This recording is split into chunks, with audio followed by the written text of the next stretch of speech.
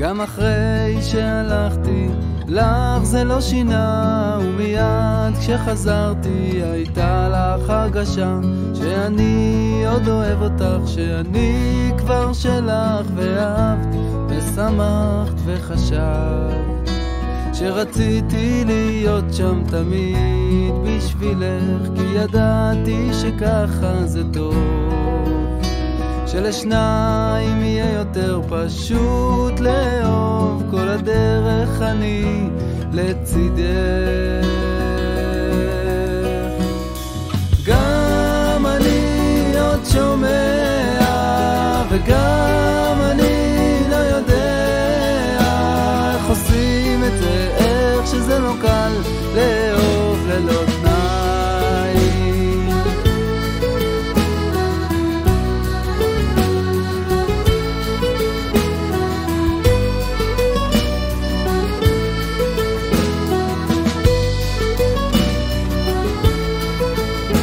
והופתענו כשבא השינוי הגדול, והבטחנו תמיד לדבר.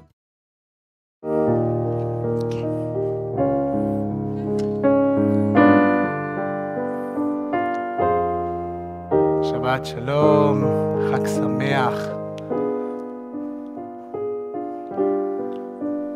I don't know how long it takes to start to appear in the social nets, on Facebook and on YouTube.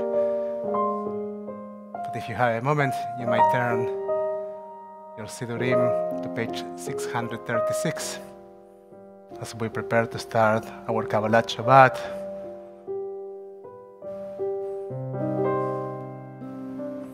Yedid nefesh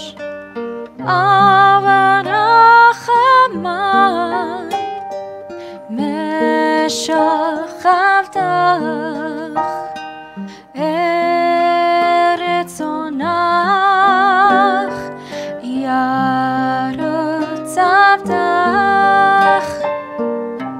כמו היד ישתחווה אל מולדרך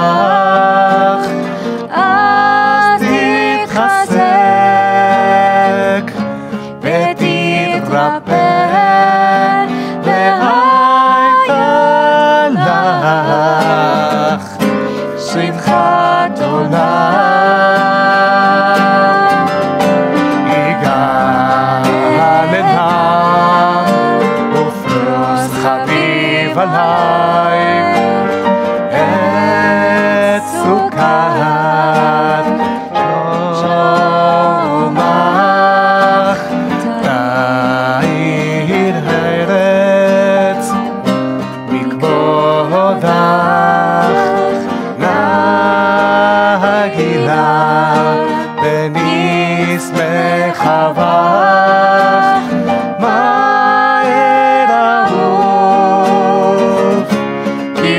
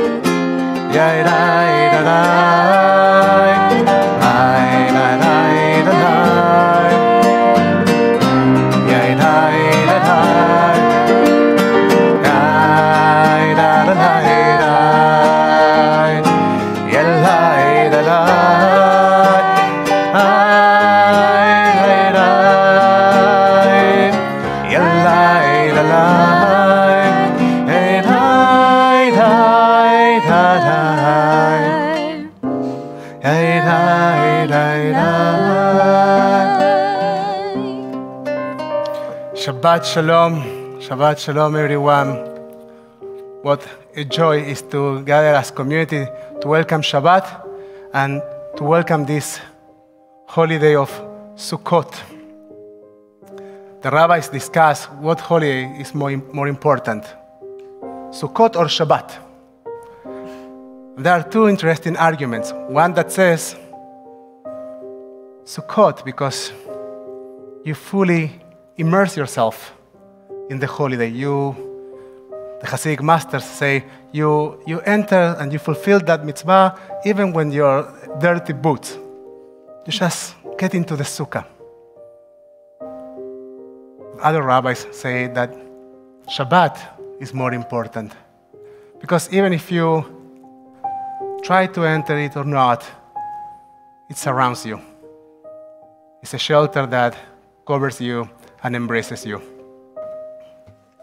But we also know that in order to welcome Shabbat, we need to do some work. We need to prepare ourselves. We need to open our minds and our hearts. And this Shabbat is a very special Shabbat because it's the Shabbat that comes immediately after Yom Kippurim. On one hand, it's a Shabbat in which we cease from any work, and we don't make big plans in Shabbos. But on the other hand, this is the Shabbos of Sukkot. It's a hands-on Shabbat. It's a Shabbat in which we build things. As we bring the brokenness of the Shvarim, of the Shofar, all the way from Rosh Hashanah. In this Shabbat, we start to envision what we need to build, how we will gather our souls, and brick by brick build this new year. We would like to invite you to light the candles of Shabbat and Yom Tov. You can find the blessing on page 120.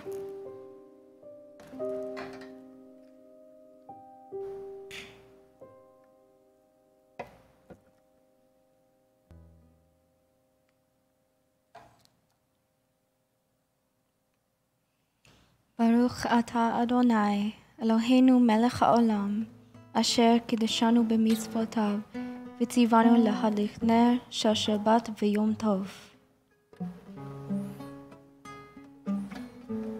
Shabbat Shalom and Chag Sameach. And we say, Sheheyanu v'kimanu v'giyanu l'zman hazeh. Baruch atah Adonai Eloheinu melech haolam. Sheheyanu v'kimanu v'giyanu l'zman hazeh. Baruch atah Adonai Eloheinu melech haolam. Sheheyanu v'kimanu v'giyanu l'zman hazeh.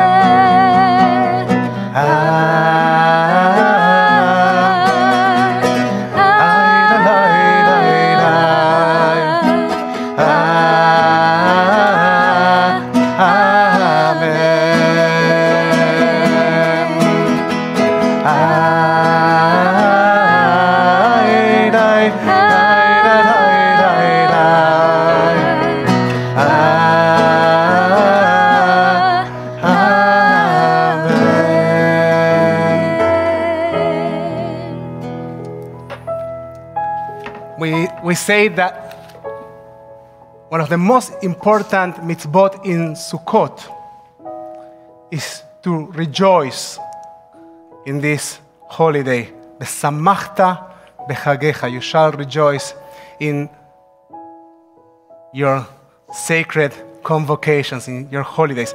And so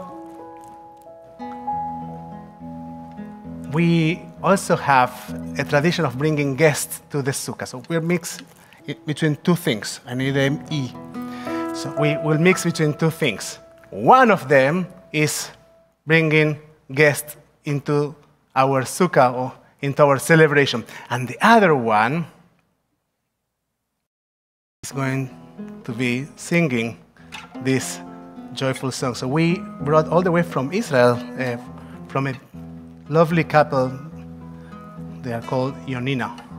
A version for Besamachta Bechagecha with a little bit of English. So let's try it together. Let's see how it goes.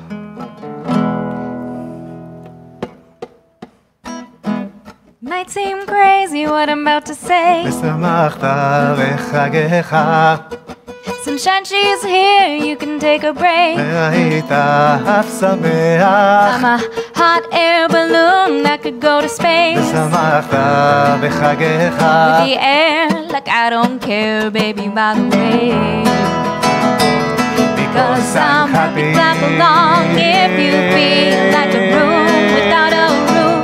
Because I'm happy, clap along if you feel like happiness is the truth. Because I'm happy. Clap along if you know what happiness is to you. Because I'm happy. Clap along if you feel like that's what you want to do. Besamachta bechagecha והיית אב שמח. Besamachta bechagecha והיית אב שמח. I'm happy, clap along if you feel like a room without a roof. Because I'm happy. Clap along if you feel like happiness is the truth. Because I'm happy. Clap along if you know what happiness is to you. Because I'm happy. Clap along if you feel like that's what you want to do. besamachta bechagecha והיית אב שמח. besamachta bechagecha והיית אב שמח. We turn our Siddurim to page 130. Lechun ranela laAdonai. Let's welcome Shabbat with this sense of simcha, of joy. Lechun ranela Adonai, nariya letzur yisheno, nekadav adav betoda bizmirot. Nariya lo nekadav adav betoda bizmirot. Nariya lo shiru l'Adonai shir chadash, shiru l'Adonai kol haaretz, shiru l'Adonai barechu shemo, basru miyom leyom am yeshuato, sapru v'goyim yevodo, v'chol ha'amim niflaim odai. Dai dai dai dai dai, ya dai dai dai, ya dai dai dai dai, ya dai dai dai dai, ya dai dai dai, ya dai dai dai, ya dai dai dai dai, ya dai dai dai dai, ya dai dai dai, ya dai dai dai. Hey, dai, dai, dai, dai, dai, dai, dai, dai, dai.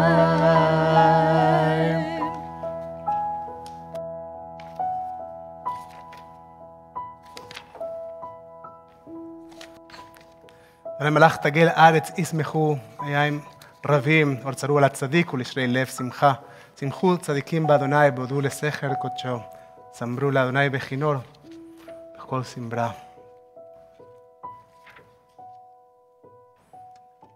Each of these psalms, each of these melodies is a step in a stairway that help us, that bring us to connect between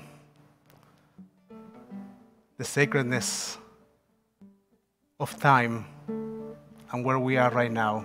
I invite you to, as we enter this hallway that brings us into the whole experience of Shabbat, I invite you to close your eyes for a moment and to think about what you are carrying into this Shabbat. As we are reminded that in Shabbos, we don't carry. I invite you to take a moment to acknowledge those things that you have in your hands, your heart, and to put them in the side. They will wait for you.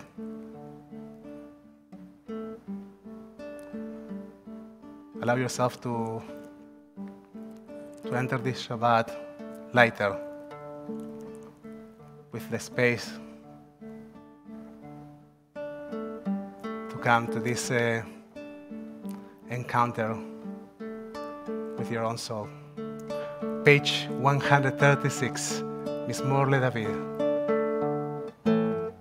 Mizmor LeDavid, Avu l'Adonai b'nei Elim, Avu l'Adonai kavod va'oz, Avu l'Adonai kevod shemo, ishtachavu l'Adonai be'arat kodesh, l'Adonai ha'mayim, el kavod irim, Adonai, Adonai, al mayim ravim, kol Adonai barach, kol Adonai be'adar, kol Adonai shover al asif, vayishaver Adonai et arsei albanot,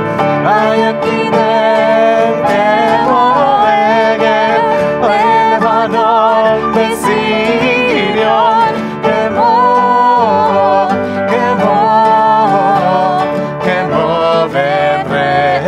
ורמי.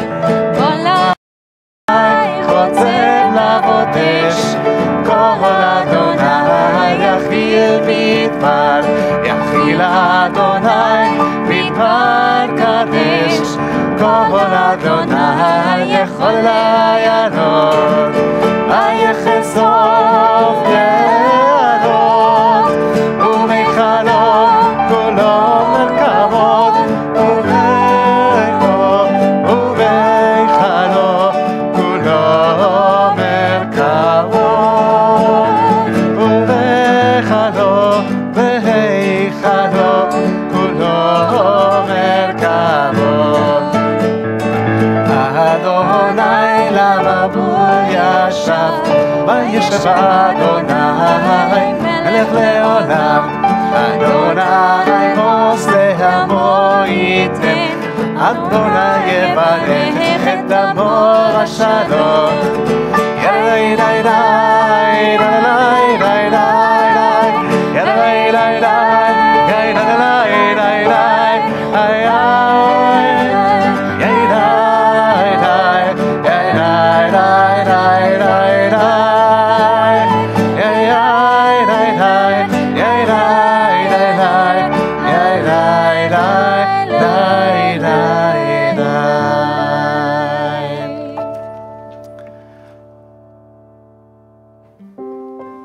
Beloved, come to meet the bride. Beloved, come to greet Shabbat. We are on page 138. Lecha dodi likrat kala. Lecha dodi likrat kala, b'nei Shabbat nekabela. Lecha dodi likrat kala, b'nei Shabbat nekabela. שמור וזכור ודיבור אחד, ישמיענו אל המיוחד. אדוני אחד שמו אחד, ושמו לתפארת ולתהילה. לך דודי לקראת קהלה, בני שבת וקרב אליי. לך דודי לקראת קהלה, בני שבת וקרב אליי. לקראת שבת לכו ונלכה, כי היא מקור הברכה. מראש מכתר נשוכה, סוף מעשה במחשבה תחילה. לך דודי לקראת קהלה, בני שבת וקרב אליי. לך דודי לקראת קהלה, בני שבת וקרב אליי. התעוררי, התעוררי, כי מאורך ומאורי. אורי, אורי, שיר דברי, כבוד אדוני עלייך בגלל. לך דודי לקראת קהלה, בני שבת וקרב אליי. לך דודי לקראת קהלה, בני שבת וקרב אליי. לא תבושי ולא תיכלמי, מה תשתוכחי ומה תהמי. בך יחסו אני אאמין, ונפנתה עיר עתידה. לך דודי לקראת קהלה, בני שבת וקרב אליי.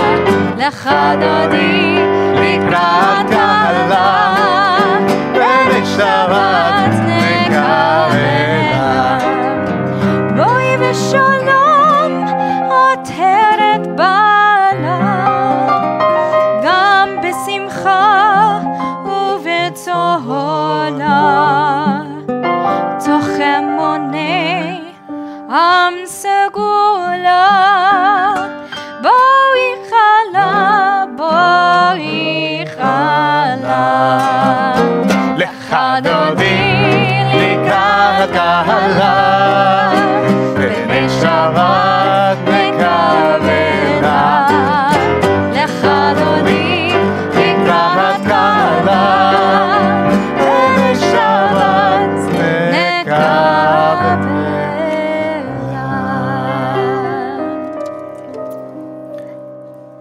You may be seated. Shabbat is among us. We have welcome Shabbat. So I invite you to welcome each other and to share your greetings, your good Shabbos in the comments on Facebook and on YouTube. In the meantime, I also want to welcome our Sukkot guest, my beloved friend, Rabbi Josh Weinberg, that will be joining us in a few more minutes. So go ahead and share your greetings. Let's make sure that we acknowledge each other. I will acknowledge those sitting here in this room, Gabriel, Evan, Zach, and Jordan. And of course, those that are sitting at home and that together with us are building this sanctuary. We're on page 140. We dedicate to Shabbat one more song, Psalm 92, מזמור שיר ליום השבת. מזמור שיר, שיר ליום השבת. מזמור שיר, שיר ליום השבת. מזמור שיר, שיר ליום השבת. מזמור שיר, שיר ליום השבת. מזמור שיר, שיר ליום השבת.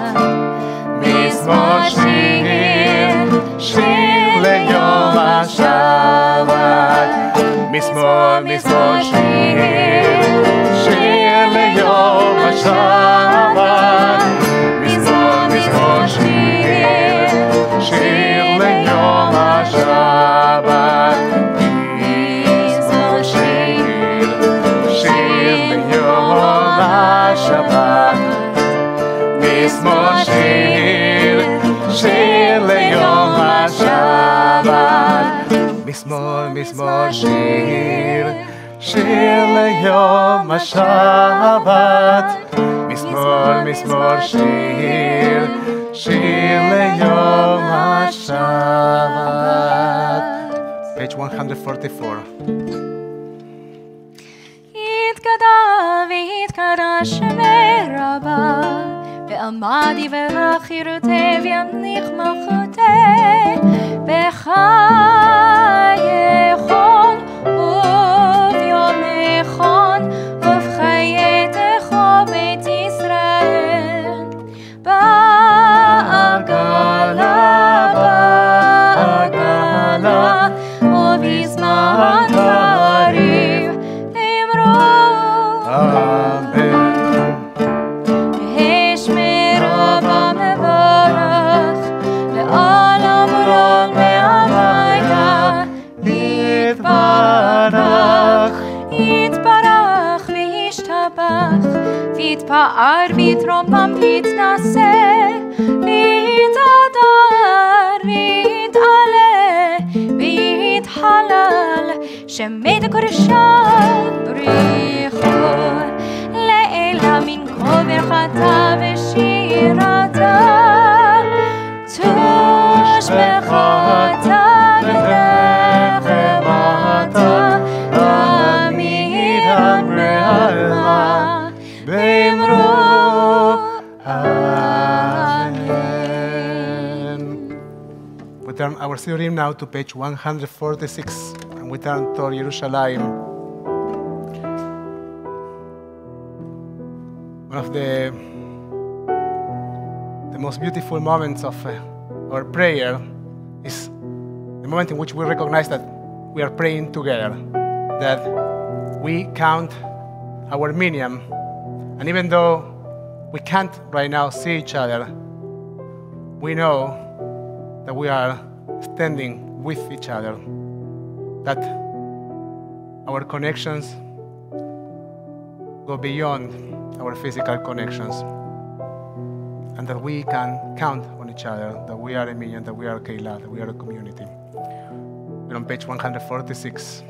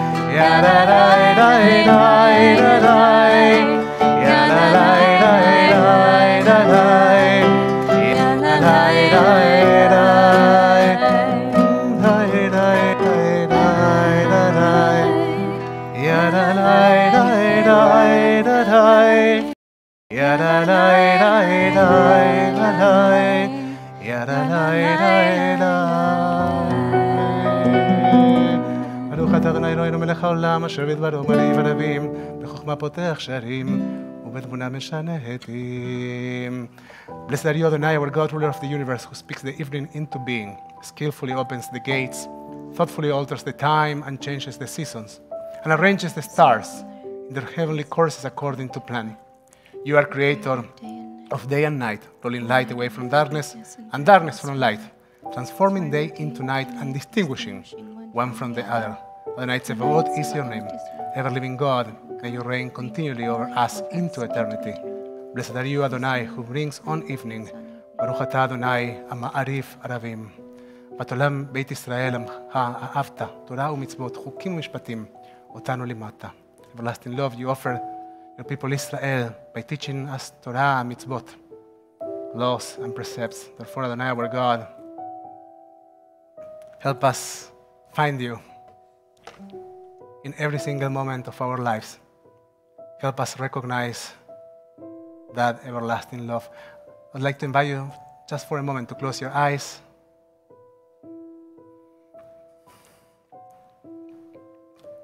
And to think of something that makes you feel deeply loved.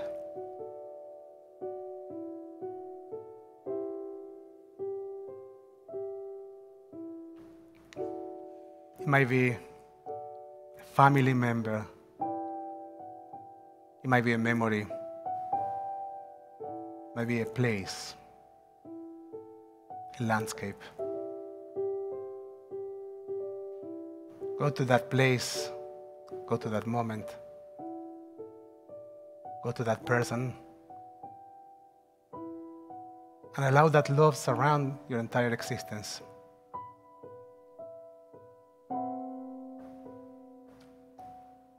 And as that love, the light of that love surrounds you, I invite you to focus on your breath for a moment.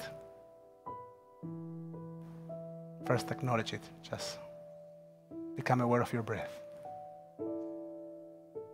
Now breathe in and out.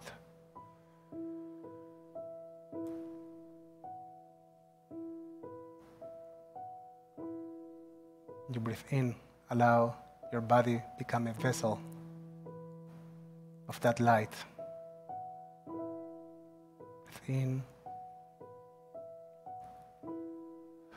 and out. Once again, take a deep breath.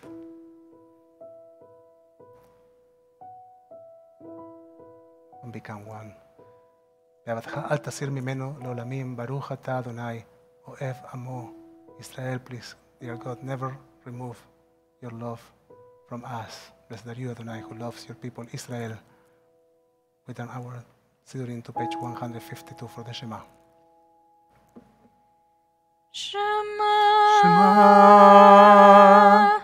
Israel, Adonai,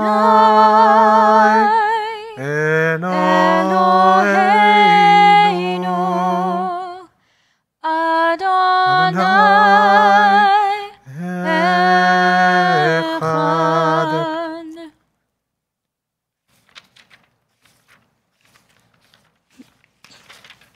We continue on page 154 with the Hafta. Please join me. ואהבת את אדוני אלוהיך בכל לבבך ובכל נפשך ובכל מאודיך, והיו הדברים האלה אשר אנוכי מצווך היום על לבביך, ושיננתם לבניך ודיברת בם בשבתך בביתך ובלכתך בדרך ובשוכבך ובקומך, וקשרתם לאות על ידיך, והיו לטוטפות בין עיניך, וכתבתם על מזוזות ביתך ובשעריך. למען תזכרו ועשיתם את כל מצוותיי, והייתם קדושים לאלוהיכם. אני אדוני אלוהיכם, אשר הוצאתי אתכם מארץ מצרים, להיות לכם לאלוהים, אני אדוני אלוהיכם אמת. אדוני אלוהיכם אמת, אמת באמונה כל סוד וקיים עלינו. אדוני אלוהינו ואין זולתו, ואנחנו ישראל עמו. When your children witness your presence, they praise your name in gratitude, and they accepted your sovereignty. Moshe, Miriam, and all Israel sang to you together, lifting their voices with joy. מי כמוך ואלים אדוני, מי כמוך נדר בקודש, נור התהילות אוסף אלה, מלכותך ראו בניך, בוקע ים לפני משה ומרים, סליענו ואמרו, אדוני ימלוך לעולם בעת, ונאמר כפת אדוני את יעקב, וגאלו מיד חסה ממנו, ברוך אתה אדוני, גאל ישראל.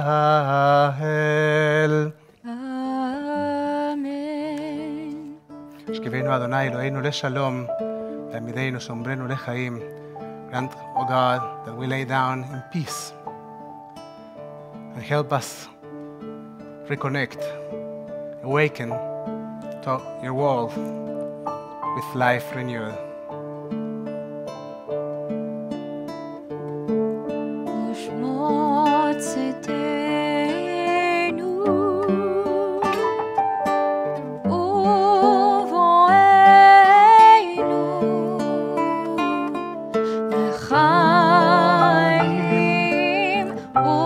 Shalom, me'ata ve'ad olam, ufros aleinu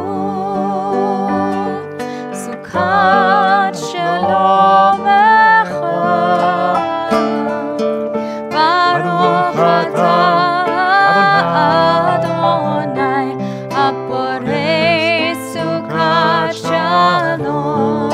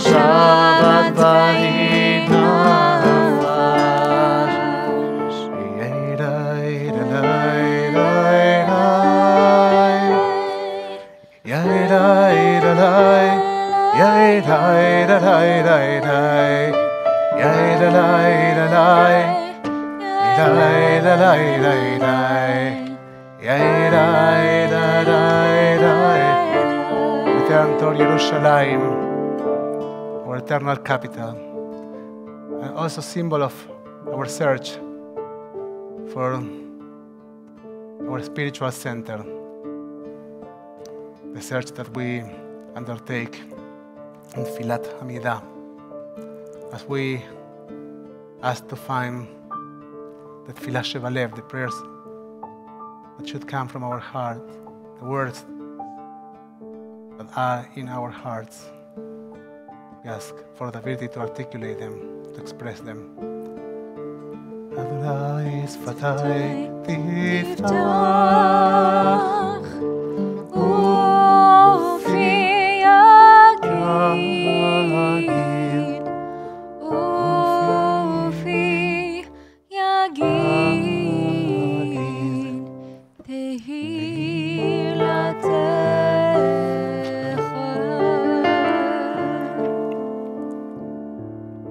If you're holding a siddur, we remind you also to follow the additions for Sukkot holiday.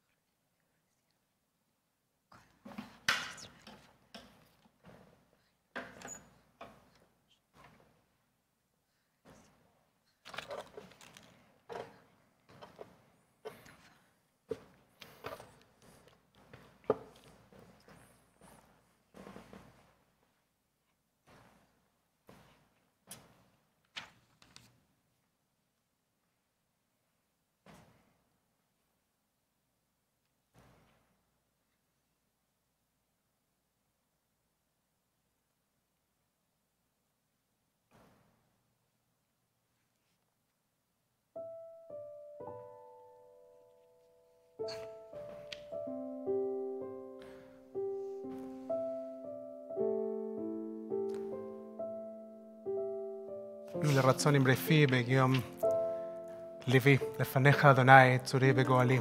May the words of my mouth and the meditations of my heart be acceptable to you, Adonai, my rock and my redeemer. עושה שלום במרומיו ויעשה שלום עלינו ועל כל ישראל ועל כל יושבי תבל ואמרו Amen. May one who makes peace in high heavens will help us here down below to make peace with each other, to find the dignity of the difference and to create unity in our diversity. We'll now turn our Siddurim to page 371 as we take a moment to recognize people dealing with illness in this pandemic time. We think of all those dealing with Corona, with COVID. We add a special prayer today for the President of the United States, for the First Lady, for Donald and Melania Trump, as we pray for their speedy recovery. We pray for those dealing with illness in their bodies, with those dealing with illness in their souls. We pray for those dealing with addictions. We join together in prayer. Misheberach.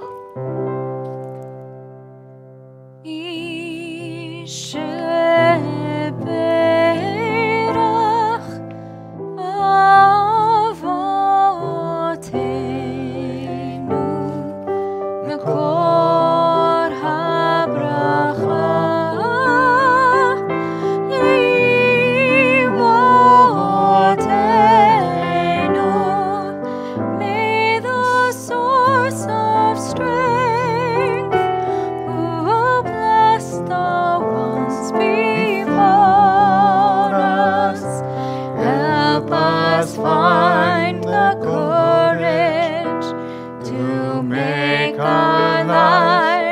a blessing, and let us say, Amen.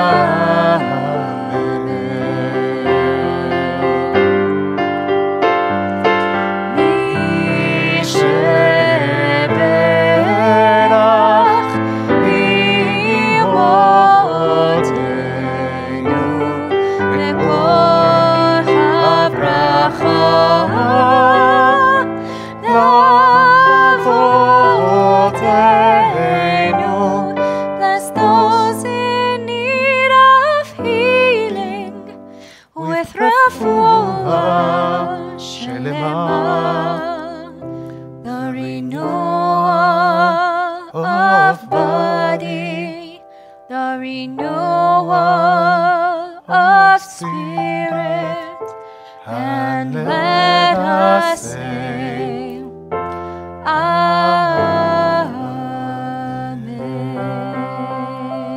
I wish to all of them, to all of you, רפואה שלמה והחלמה מהירה, a complete and a fast recovery. And let us say, Amen.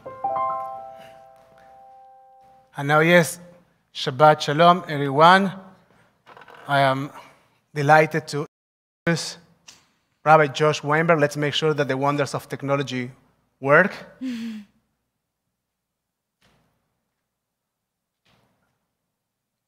It does work. Here you are. So now that you are there, I'll make sure that I introduce you. So, Can you hear me okay? yeah, I can hear you perfectly.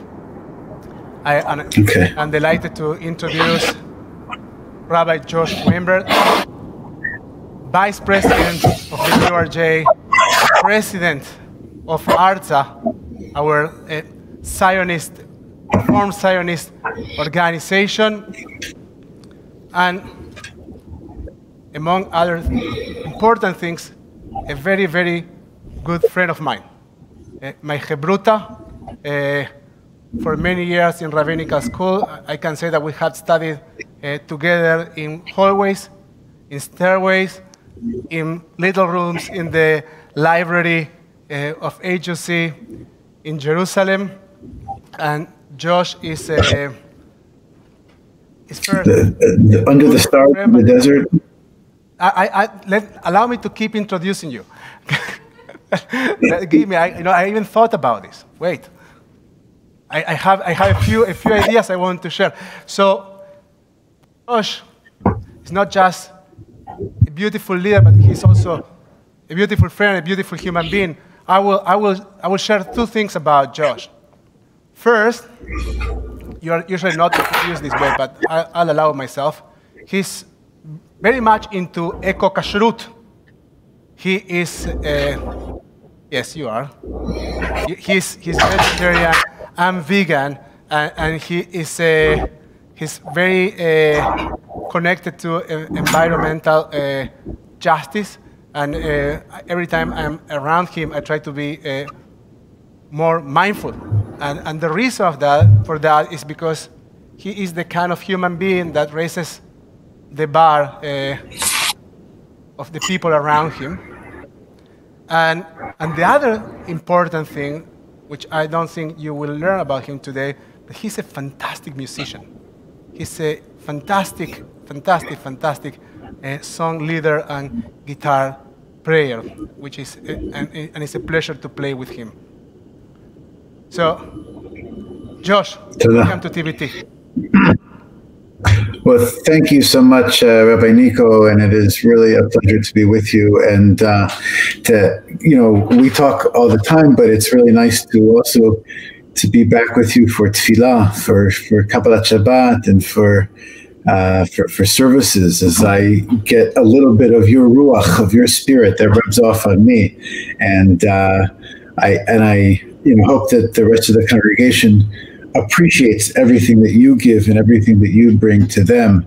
And I appreciate everyone joining us, even though I'm told that there's some basketball game somewhere in California where there's a big team playing tonight. I'm told that. So kol hakavod for everyone for joining now. and not, watching the Lakers. And it's really an honor to be with you. And I want to wish everyone a Sukkot Sameach. It's an honor to be your ushpizin, to be your guest during this festival holiday, this great time of happiness, as you said earlier. Can you hear me okay? Yeah. Now even better. We took care of that. Okay. Don't worry about it. So there's a different sound going through the streaming. In the streaming, you are perfect. Here in the synagogue, I needed a bit more volume, a bit more of your voice. Just ask for that. So I didn't know about the basketball game. And I will say another thing, I think it's the first time that we will actually speak in English. I don't think that this ever happened before. So your English is fine. So. You do have an accent. I'm almost fluent. You do have an accent. I'm a little bit of an accent. Is that from Chicago? Yes. That's right. So Josh, introduce you to our community. Why don't you tell us a little bit about yourself, about your journey, about your to the Zionist movement? Yeah, well, again, thank you for inviting me. And I grew up just east of California, just east of Orange County, in a small town called Chicago, as you mentioned. And Nico, you and I both grew up very involved in the Reform movement and being involved in the youth movement, and I went to camp and synagogue, and we both found our ways to Israel. And I was a seeker, and I looked for different ways of observing Judaism. And I came to Israel originally wanting to be a secular nationalist Israeli, and just wanting to live in Israel and to be there. And that was really the answer to my Jewish identity, to my quest. And I got there and I realized, okay, if Israel is now the answer to my Jewish identity, so two things. So then what is my Zionism? And what does it mean to be Jewish here in Israel? Does it mean to just live here and that's it? So many Israelis say, well, we don't need to do mitzvot or go to synagogue or anything like that because we live in Israel. And I quickly realized a couple of things. One is that I couldn't really separate Judaism from my Jewishness. And that I felt deeply Jewish, of course, as most Israelis do, but I couldn't really separate the Jewish religion from that. And I wanted to be, one of the early Zionists who, like the pioneers, the Chalutzim, who went out and drained the swamps and worked the land and built the kibbutzim and all of that. And my friends, they all laughed at me. And they said, that's great, but you're about 100 years too late. And they said to me, most people said to me, and I'm sure you've heard this before, is if you really want to be a Zionist now, you ought to go into high tech. You should work in high tech because we are a light into the nations. We are the startup nation here. I said, well, that's all well and good, but I'm no good at high tech. I'm a Jewish educator. What can I do? And so I had an experience that I was invited by a friend of mine, probably a friend of yours also, a guy by the name of Yoav Endi, who was a conservative rabbi. And he invited me to lead Shabbat, to spend Shabbat at a boarding school in the town of Kiryat Gat. Now, most people, especially most people outside of Israel, haven't heard of Kiryat Gat. Okay, it's a small town halfway between Tel Aviv and nowhere, essentially. And I got there and I was with students. Yeah, it's in the south, exactly. Yes, exactly. Yeah. Halfway, the beginning of the Negev. And the students there were ages 8 to 18. And they were there because their parents couldn't take care of them, essentially. And they come from difficult, challenging backgrounds. And my job was to be the Shabbat guy. And that I was supposed to lead services like you did so beautifully tonight, and do some activities and have discussions with the kids and be a positive role model. I said, okay. So, long story short, I show up there on a Friday night, and I see the students filing in the makeshift Beit Knesset that they had there. It was like what we call a caravan or a prefabricated building. And I see a fist fight break out between two students. And it turns out they were fighting over who would have the honor of passing out the Sidurim as they come into the building. Wow. And one of the madrichim, one of their counselors, comes up to me and says, oh, you're the new Shabbat guy. Shalom, shalom, welcome, and nice to meet you. And we start to talk, and he said, tell me, apropos accents, he says, is that a slight American accent in your Hebrew? I said, well, yes, I made Aliyah about 3 or 4 years ago. And he said, He said, no, that's not going to work here. They're going to eat you alive. And anyone who knows is tough Israeli kids, they have little patience. And I said, well, great. I mean, thank you. What do I do now? And he said, don't worry. He said, don't worry. I'm going to teach you a song. And if you can sing this song here, well, then they'll go with you. Because we are the only institution in the entire state of Israel that sings this song. And I said, wow, thank goodness for him. And he goes, okay, we don't have a lot of time, so listen quickly, and I'll teach it to you. And he began to sing. Shalom Rav. And I started to laugh. Wow. And he said, what, you know that song? And I said, oh my God, man. I said, I was the head song leader at my URJ Reform Summer Camp, you mentioned. And he goes, I don't know what that is. And I said, I grew up 2 miles away from Cantor Jet Clipper. And he said, who the hell is that? Oh, the one who he said, wrote it, right? he's the guy who wrote the song. And he said, no. Now, remember, if you know Israelis, what is the worst thing in the world for an Israeli to be? A friar, okay, or like a sucker. He goes, if some kid, it doesn't matter. Can you sing that song? I said, yeah, I can do that. And he said, okay, go.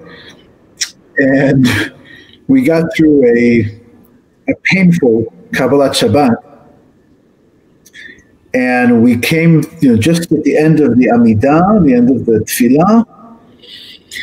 And I said, okay, here's my chance. And I mustered up all of my strength and my courage.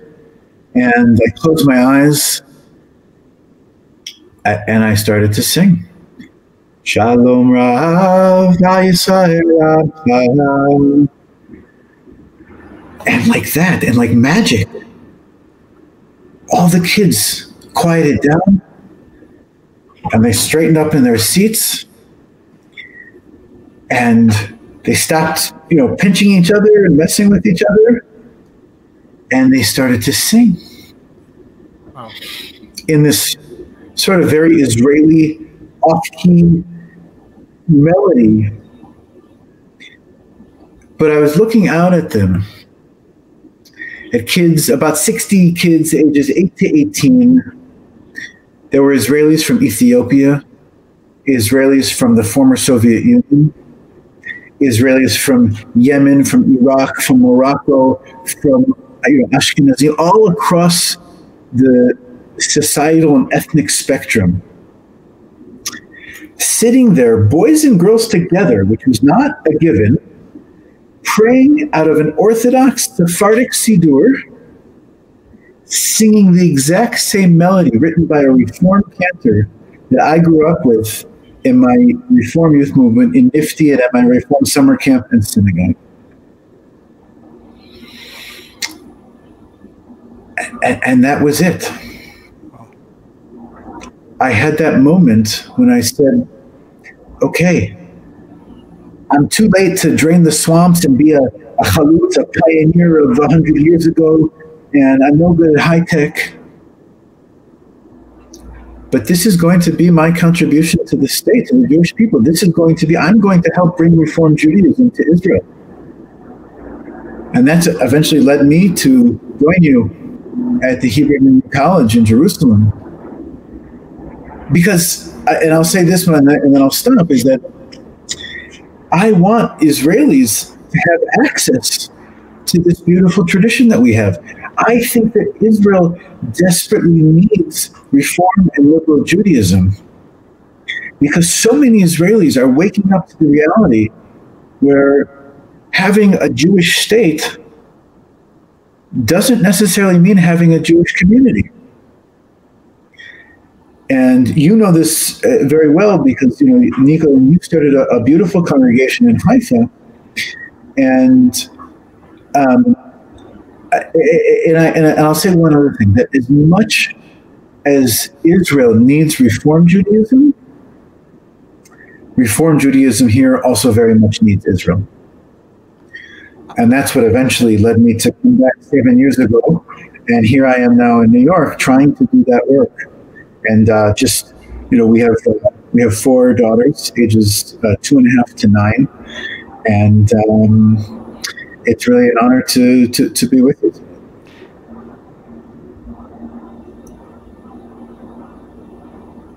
I want to ask you to expand.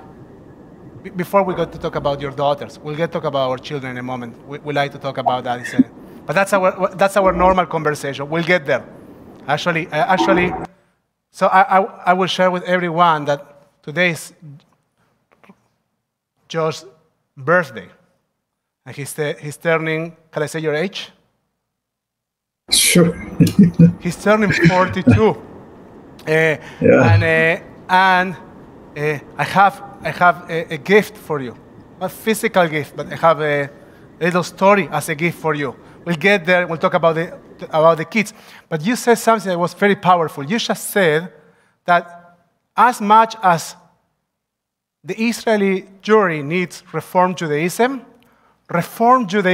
as an idea, I don't know what you were referring to, needs this connection with Israel. And I would like to ask you to expand on that, if you can. Yeah, of course. Well, let me start with my basic premise that I think that every Jew should have 3 relationships, 3 sacred relationships. Now, I didn't make this up. This comes from our tradition. I'll give it to you in Aramaic first. We say that a Jew should have a relationship with Yisrael, Oraita, V'Kucha B'Richu.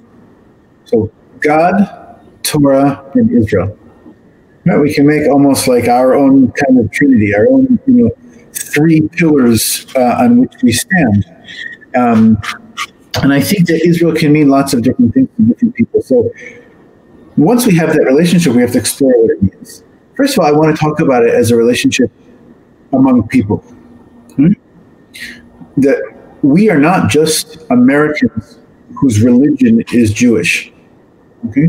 We as Jews are connected to a people, and Israel actually is the largest Jewish community in the world.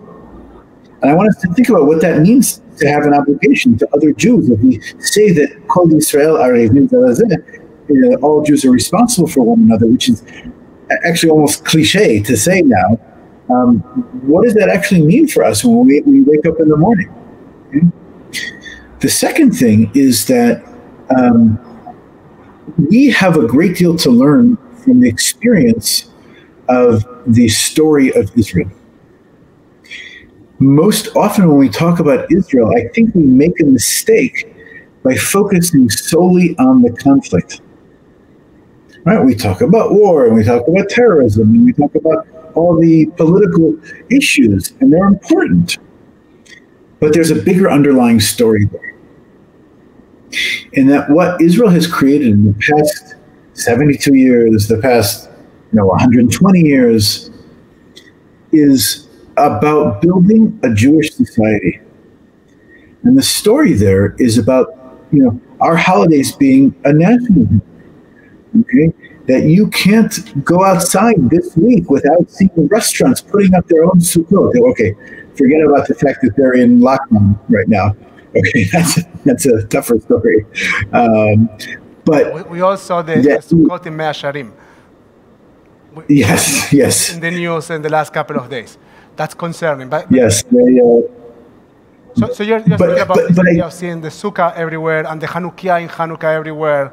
So the presence of the calendar. What I call the Jewish public culture. Right, what I call the Jewish public culture. And I think that is a story that we hopefully will derive deep meaning from. And that when we say on Shabbat morning, when we take out the Torah, when we say, Ki mitzion tetzei Torah, that when out of Zion comes Torah, I see that as a very literal statement. Okay? That we actually see Israel as the center of our life. Okay? And that also as religious Jews, we have a covenantal relationship with that land, actually. Okay? Now, that doesn't mean that we have a green light to do whatever we want with it. We still are bound by the morals and ethics and values of our tradition.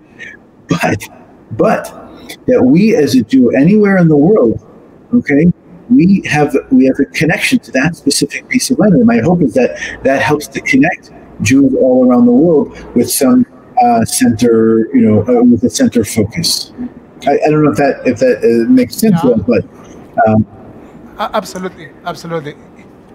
Just one comment on what you said. I think that one of the biggest challenges that we have as American Jews is the centrality of the calendar, the awareness, what you call the public culture in the state of Israel that is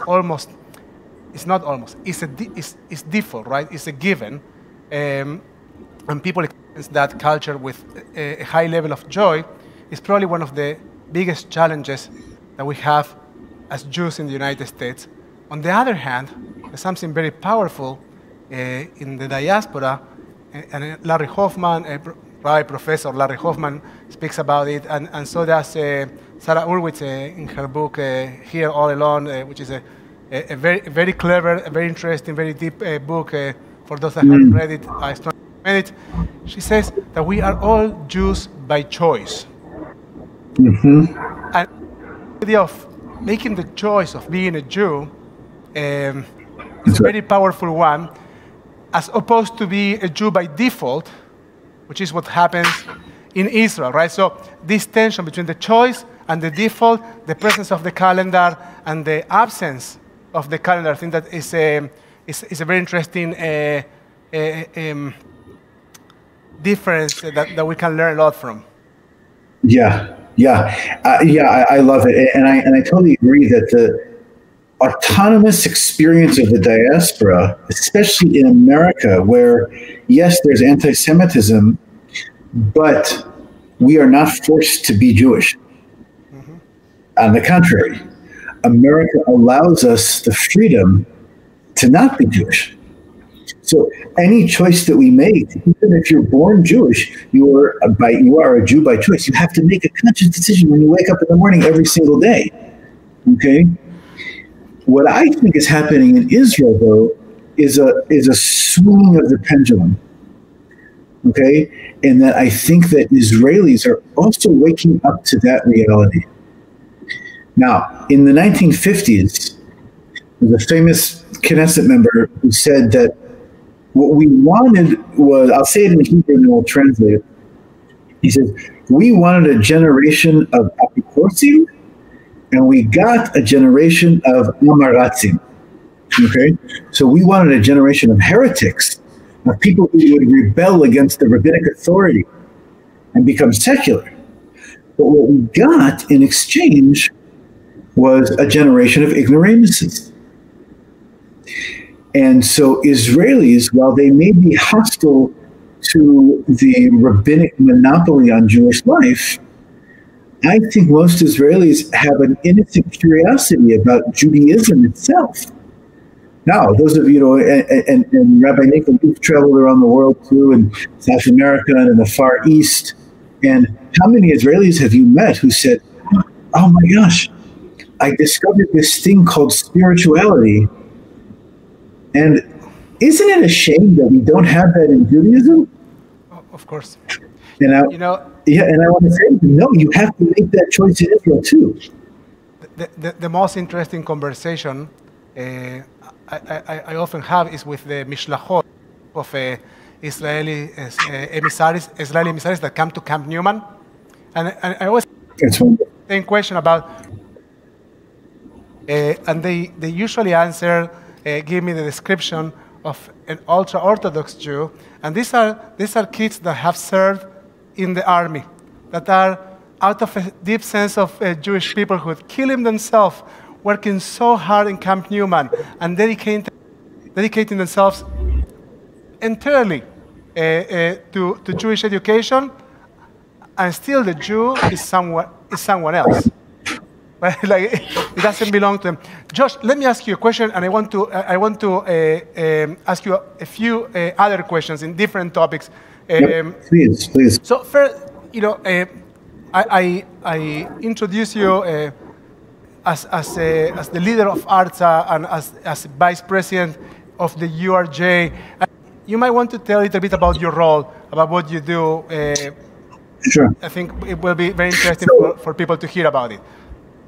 Yeah, absolutely. Thank you. And first of all, thank you and the good friends of TBT for all of your support and all of your commitment to Israel. And you've traveled to Israel and you go to Israel conferences and you bring, scholars and speakers and programs. And it is really heartwarming to know. And it doesn't, and you are noticed and felt in the national movement as well.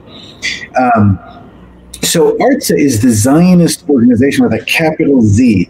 That means that ARTSA was founded actually to be like the political party of the reform movement to something called the World Zionist Organization. And that was Theodor Herzl's organization that he founded in 1897. And it meets every 5 years at this thing called the World Zionist Congress. Okay. Now, the World Zionist Congress was meant to be the parliament of the Jewish people, where all the organizations from around the world come together, including, after 1948, all of the Israeli political parties. And that's where we meet to discuss the big issues of the world. Now, two quick historical background. In 1948, Ben-Gurion said, okay, let's fold up these organizations. I'll give them to you. The World Zionist Organization, the Jewish Agency for Israel, and the Jewish National Fund, JNF. And Ben-Gurion said, okay, let's fold them up. We don't need them anymore. Now we have a state. And the Jews of the world said, not so fast. Okay? You can't do that. First of all, you need money. And the organized Jewish community was sending to Israel 40% of its budget in 1948. Okay? It's a lot of money. Second, you have hundreds of thousands of immigrants that are streaming into the country, right? You, as the fledgling state of Israel, are not equipped to handle all of that. Okay? The third is the most interesting, though. They said, wait a second. Since 1897, we have had a voice in the Zionist enterprise.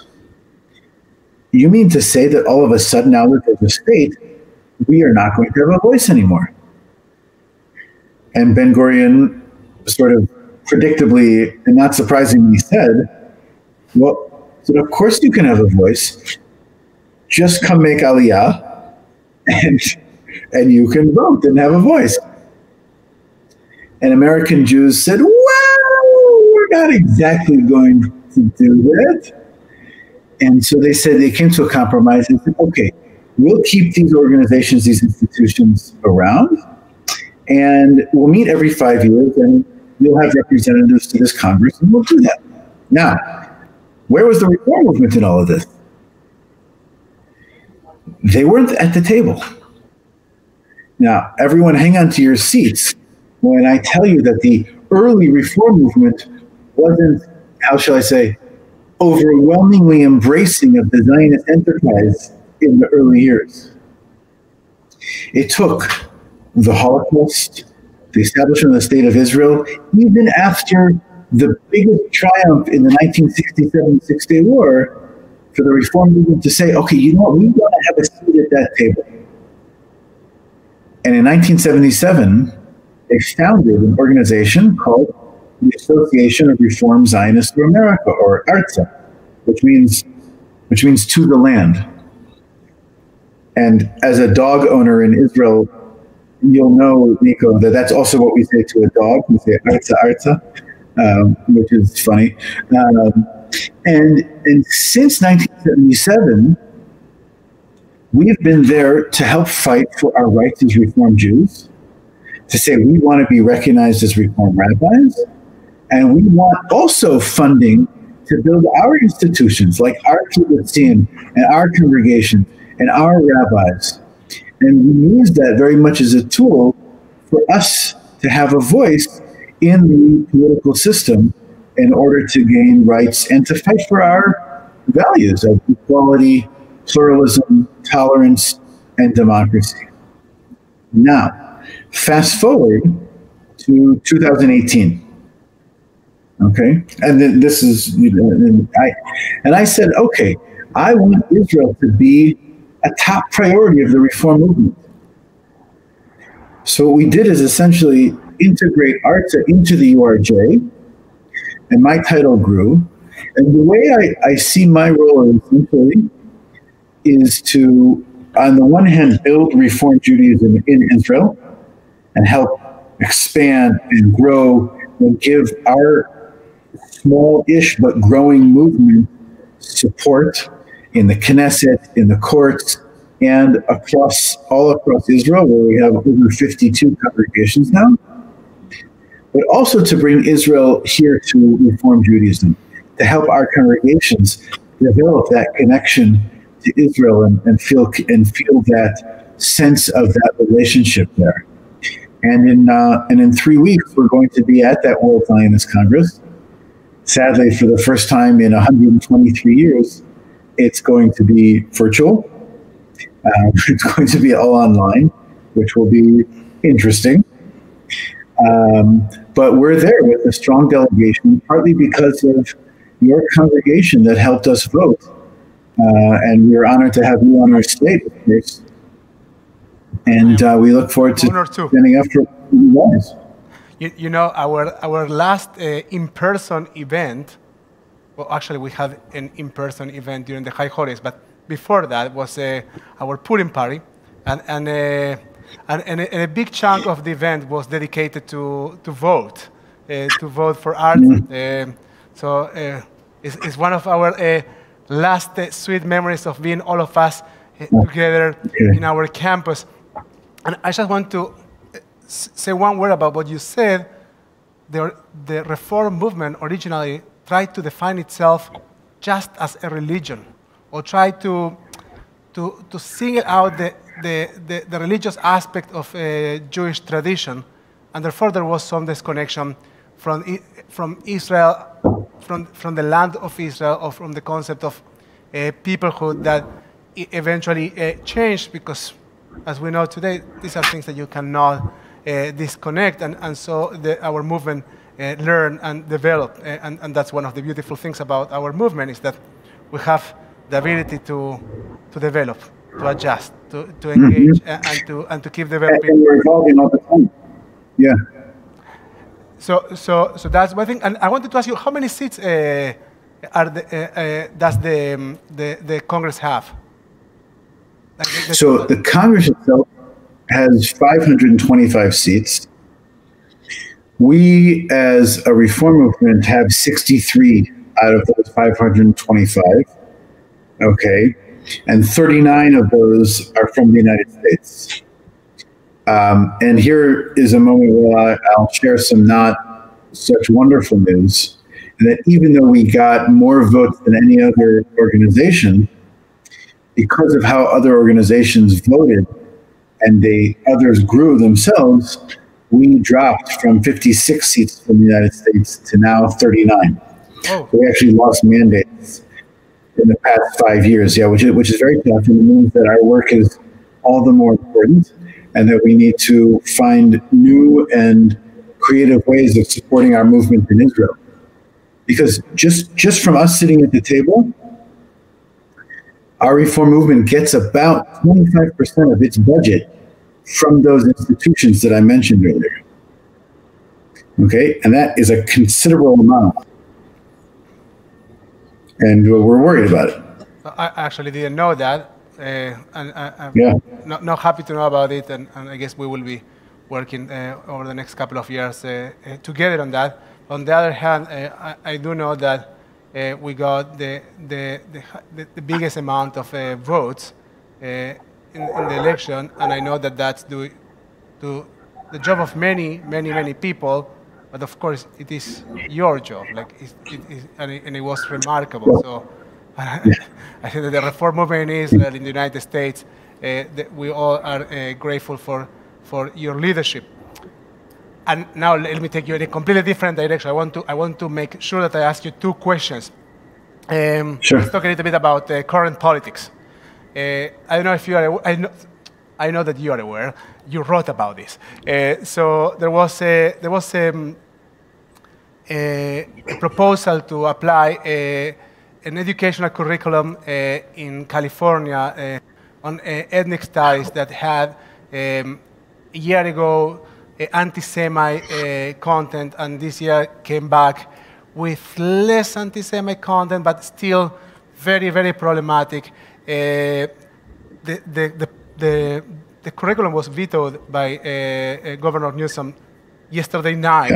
Thank God it's not relevant until next year. But I would like to hear what was the position of the URJ in this topic. It was a very, very central topic for all our communities here in California over the last month. Yeah, so it's a very complicated issue because there are a lot of intricacies.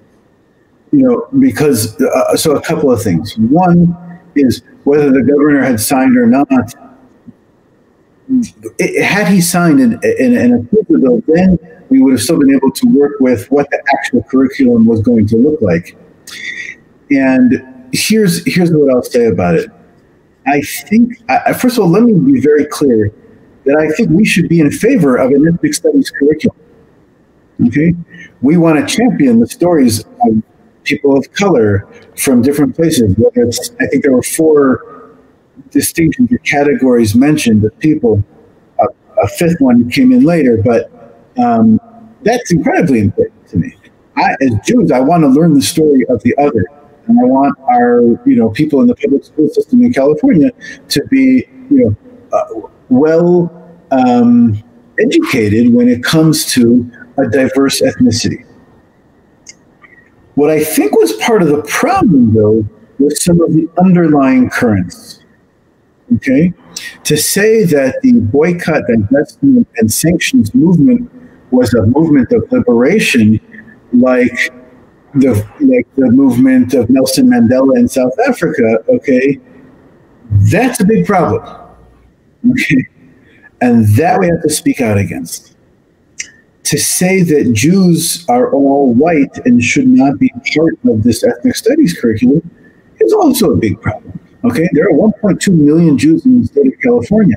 Okay, many of whom are not white at all. Okay, and we're talking about Persian Jews and Mizrahi Jews and Spanish-speaking Jews and all sorts of things. And what we're also seeing in our movement is 10 to 12% of our Jews are Jews of color. Okay? And we need to recognize that. Our communities in California are ethnically diverse. Very much so. Very much so. So in the end, we worked on this, and I want to give credit to the RAC California leadership team, which I know you're involved in, for working on this process. In the end, we told the governor that we thought that he should not approve this.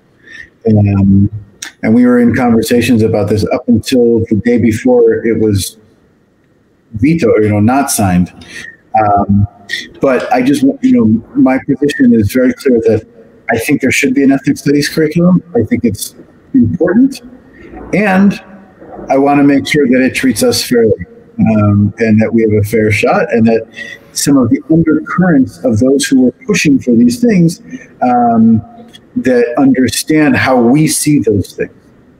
And for members, leaders of the Jewish community to be involved in developing that curriculum. Let me. So first, thank you for your answer, and let me take you to a different issue on current politics. The congresswoman from New York City, Alexandra Ocasio. It's Ocasio actually. If you want to pronounce it with the right Spanish pronunciation, Ocasio-Cortez. She was about to join a memorial event for Yitzhak Rabin, organized by Shalom, by Peace Now, and she decided, after some political tension, to withdraw her participation, and that created additional tensions. What do you think about it?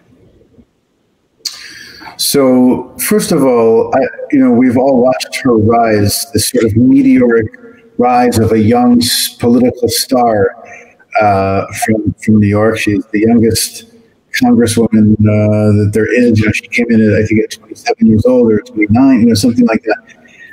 And she is very, very great and very, very impressive. I think she made a tremendous mistake here. I think that she bowed to pressure from some of her supporters, not all of them. I think most of her supporters would have been happy for her to speak out against the extremism that we're seeing in society today, which is the same extremism that led, and zealousness that led to the murder or the assassination of Yitzhak Rabin 25 years ago. Okay? I think that she chose to listen to some extremists in her camp who built on the Palestinian narrative that they cannot see Rabin for anything other than his role as the Minister of Defense in the late 1980s during the Intifada, where he may have said a few highly problematic things. Okay? But even Rabin knew two things. One, he says, I've been a soldier all my life, and now I'm a soldier for peace, out of his famous speech that he gave. And the second thing he said, he knew, was that you don't make peace with your friends. Yeah. You make peace with your enemies. And it was not easy for him to get up on September 13th in 1993 to shake the hand of his arch enemy, Yasser Arafat. But he did. It was hard. And I think that Cortez could have said to them a few things. She could have said, one, let me do my due diligence before accepting and then having to rescind my participation and say, I'm sorry, I'm unable to attend. Fine. Or she could have used this as an opportunity to have a very tough and frank conversation with, with whether it's Americans for Peace Now, the organization that was running the event, or with other members of the Jewish community. Okay? And the question that I think we need to ask is, can we sit down with her and others like her, and other members of the squad, so-called, and have a productive conversation? Because I think we do align with them on so many issues, whether it's about immigration or the environment or women's rights or anything. I think that we should overlap on values on so many important issues, which over which we need to work together. And I'll just say that personally, I was deeply hurt by her, and I think many in our movement were as well. And my only hope is that we can find a way to sit down with her and some of those supporters to say, look, this is a critical opportunity that was sadly missed. And I worry about the direction of the Democratic Party. As we can see, I think that the Democratic Party platform reflected a strong support of Israel right now. But I worry about smaller parties. Here's the difference between Israeli and American politics, is that in Israel, you have anyone who disagrees goes and forms their own political party. Okay? And you have lots of small splinter parties that form. And in America, you have two main parties, but within each party, you probably have 3 or 4 different parties that if they were in a different kind of system, might be their own political parties on their own. Okay? So that has the ability to pull a certain party in direction. And we're seeing that both within the Democratic and the Republican Party, frankly. And I think there are a lot of Democratic politicians who are staunch supporters of Israel. They're progressive and they may be critical of Israeli policies, but so are all of us. And that's okay.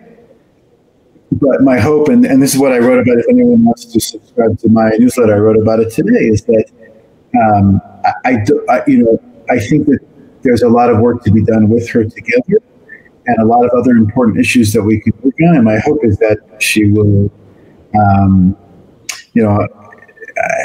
take an opportunity to make amends for this mistake.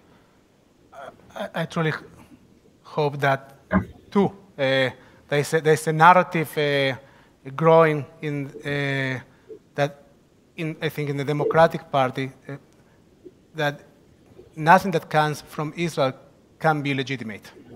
So it's not just about being critical or disagreeing. There's a growing voice that exists. But I think that your distinction is very interesting between the Israeli politics and the American politics. That's happening, is growing, and I hope that the Congress movement is not part of that voice, or is not becoming a part of that voice. And we always speak about the possibility of being critical of the state of Israel, and at the same time, you can be critical and engage, and you can discuss, and this, by all means, seems to be an interesting opportunity to support a critical voice within the state of Israel, right, of the politics of the state. So I join you I join with you. And our progressive wing in Israel is saying to her, we need you to be aligned with us. We need help. As you know, the left-wing parties in Israel are almost non-existent. I mean, they're very small, and they're looking to her and said, don't cross that line. And look, she's a brilliant politician. I wanted my daughters to watch her speech on women's rights. I mean, it was deeply touching. But I was very saddened by this reaction. And I would say that exactly for that reason, it's so important that the URJ or people like you are trying to develop those relationships and trying to educate our leaders and trying to engage in conversation with them. And when things of these kind of things happen, then you try to follow up. Because again, if we all think alike, so we don't have anything to discuss. But when things like this happen, then thank God that we have also our leaders to do the follow up and to engage in conversation. Josh, it's 11 p.m. in the East Coast where you are. So let me ask you, what shall we do? What shall a Reformed congregation in California be doing in order to be supportive of the work that the movement does and of the connection with Israel? Give us some Torah. Well, first of all, I think that you're already doing a lot of the things that I would say. So my first thing is as a rabbi, I always want people to study and learn. Okay? So we always have to study and keep learning, keep talking, whether it's politics or about the history of Israel and Judaism and understanding those things. We always have to read our sources and books. And there's I run a baby Josh once every 2 weeks nationally that everyone's invited to join. That's critically important. Second thing is, and it's almost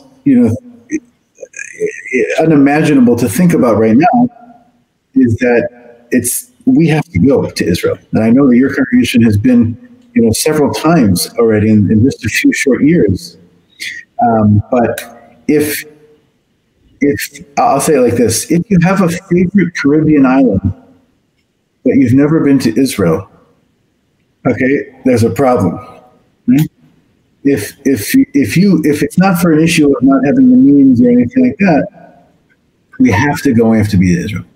Now, the next thing I would say is I would love us to continue our relationships with some of the Israeli Reform congregations in Israel. That is critical, whether it's with Ra'anana and Beit Samueli or, Rabbi Chen, or with others, maybe around the country. Let's strengthen those ties because we have so much to learn from them. But we also have what to offer them. And look around you where you're sitting, Nico, right now. Okay? Let me ask you a question. How much support does the government of California or the federal government give you to do everything that you're doing? Okay? Maybe you got a loan during COVID or maybe a Homeland Security, but nothing, right? Everything that you've built at Beth Tikvah, okay, you've built on your own because you had leaders and volunteers who cared, who gave their time, their energy, their financial resources, and said, we want to have a vibrant community. So we in the United States have developed a method for creating vibrant Jewish community in a privatized economy where the government doesn't support religion. That's the model that I want to export now to Israel. Because Israelis are waking up to the reality where the polarizing dichotomy between religious and secular no longer answers the needs of the mainstream. And so there's this hunger for Jewish identity, and we have to do it ourselves. We have to stop waiting for the government to do that. So that's the model that we're trying to export. And I want you to be activists also. I want you to develop relationships with the Council General in Los Angeles and go and sit with him, and say, here's what's important to us as Reform Jews. We care deeply about the state of Israel. And we want the state of Israel to care deeply about us as well. Okay? And with your local congressman to say, okay, foreign aid to Israel is important. We may, we worry about some of the government policies, but we need to keep this because we care about Israel, right? So all those, there's so much to be done, and so little time, as it were. But I just keep on doing what you're doing, essentially. And the last thing I would say is that the importance of actually becoming members of ARTSA, which we ask to be included on the due statements of all members of Reform congregations. And I am happy to have a further conversation, not on Shabbat or Kabbalat, about such things. But that's a critical way that we support our movement in Israel. And thank you again for everything that you're doing. Thank you for what you do. Now, your birthday. We will conclude with your birthday. First, did you bring a schnapp? I told you to bring. Oh, yeah. I did bring two. Yeah, we can. We are in Southern California, so I do have a little bottle of tequila. And I do l'chaim. Okay. But okay, hang on. We'll drink. Remember, I don't drink much. So I just put a little. And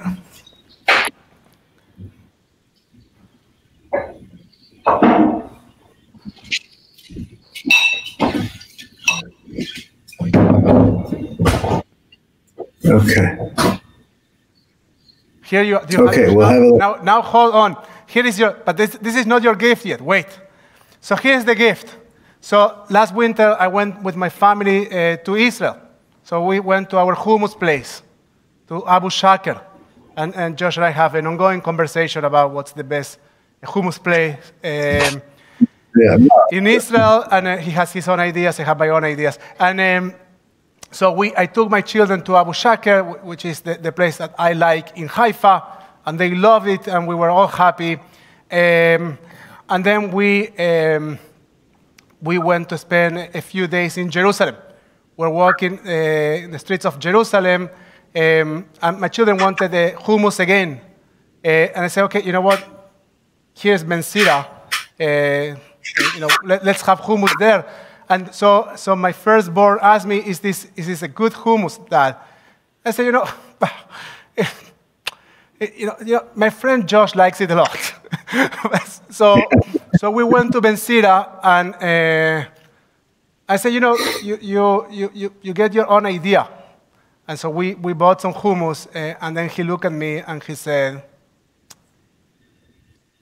your friend's hummus is better. And that's the gift. מזל טוב, my friend. שתזכה שנים רבות מהמצרים. That's the gift that keeps on giving. Yeah. I hope you remember the story. I'll try to forget it.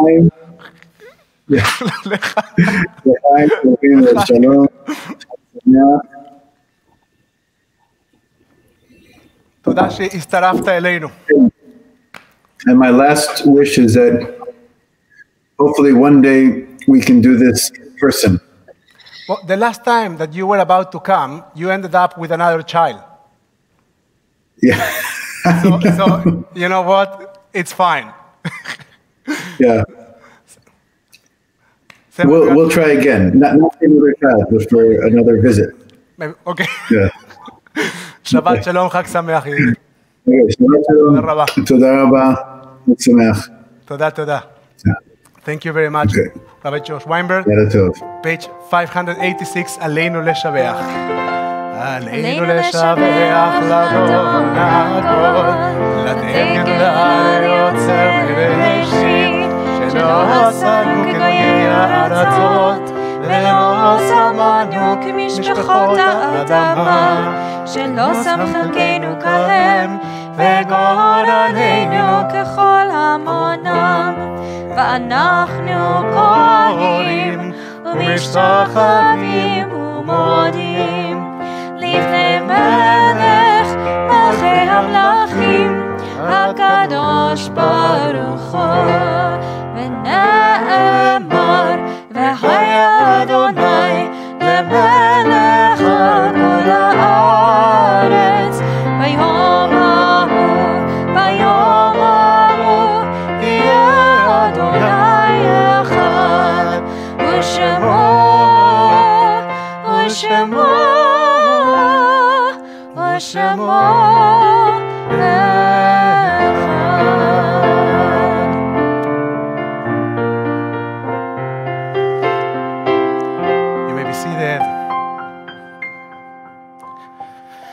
I want to take a moment to acknowledge mourners among our community. If you are doing the first 7 days of mourning, Shiva, please rise and share the names of those that you are remembering in the comments, whether you are doing the first 7 days of mourning, the first 30 days of mourning, Shloshim, or the cycle of the first year of mourning, or if you have a Yortzeit this week, an anniversary of death this week. Now you can support our fellows, your fellows, with your voices and your hearts, joining us on page 598 for Mourners Kaddish. יתגדל ויתקדש שמי רבה. אמן. בעלמה דברה חילותה, בימליך מלכותה, בחייכון ובימיכון, בחיי כל בית ישראל בגלה ובזמן קריב, באמרו אמן. יאה שמי רבה מבורך לעולם ולמי עלמיה. יתברך וישתבח, ויתפאר ויתרומם ויתנשא, ויתהדר ויתעלה ויתהלל שמי קודשה בריחו. לילה מן כל ברכתה ושירתה, תושבחתה ונחמתה, תמינם בעלמה, באמרו אמן. יש למה רבה מן שמיה. בחיים טובים עלינו ועל כל ישראל באמרו אמן. עושה שלום באמרומיו, הוא יעשה שלום עלינו ועל כל ישראל באמרו אמן. May the memories of your dear ones be a blessing in your life. יהיה זכרם ברוך. We will now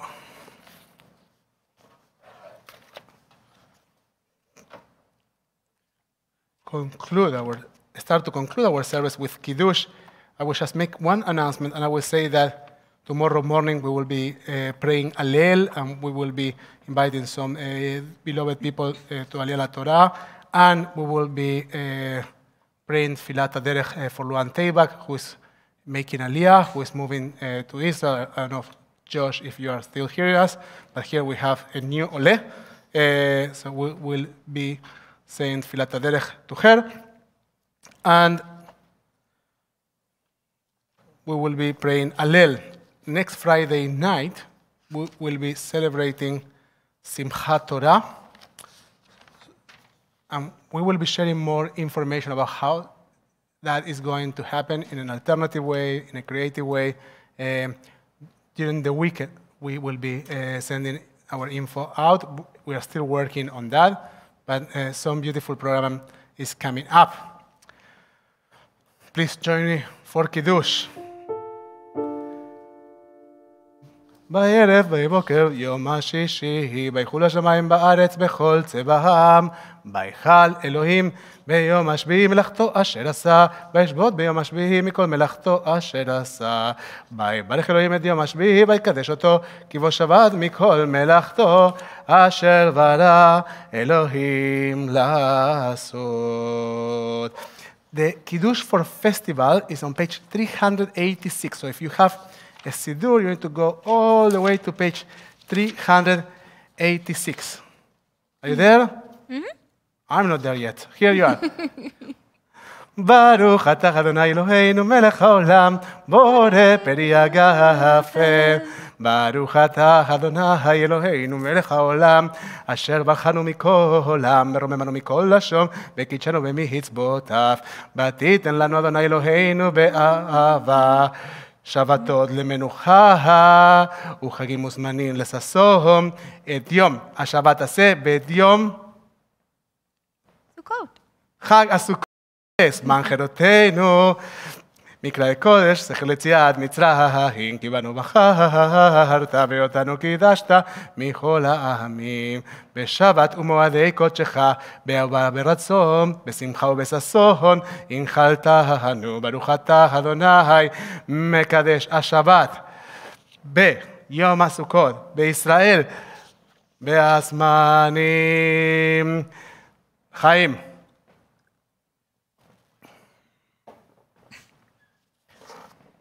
And now we will make sure that these blessings that we have here, they make all their way to you. We all have blessings. We are all carriers of blessings. And we all have the ability to share those blessings, to give strength, to give support, to give love.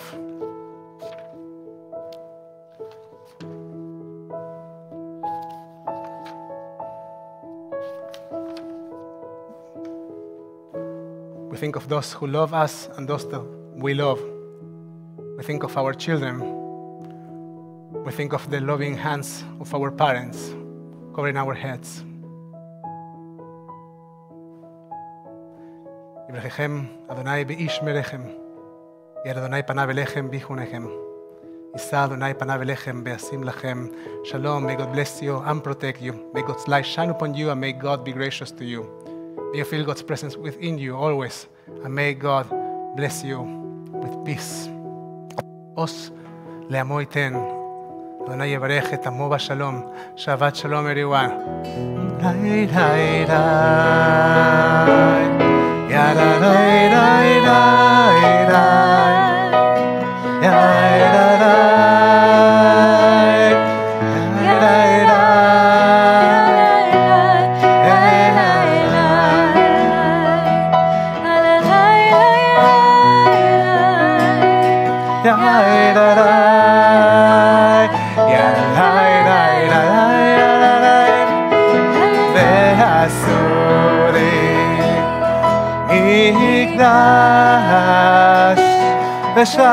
ושכנתי אצלכן, ואנחנו נברך מעתה מהעולם.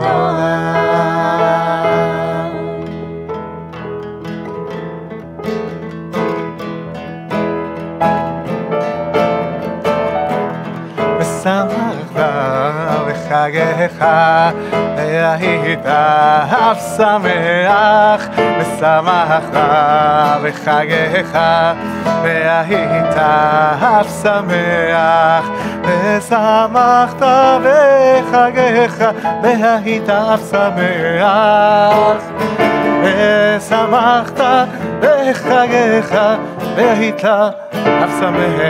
Good Shabbos everyone. Shabbat Shalom.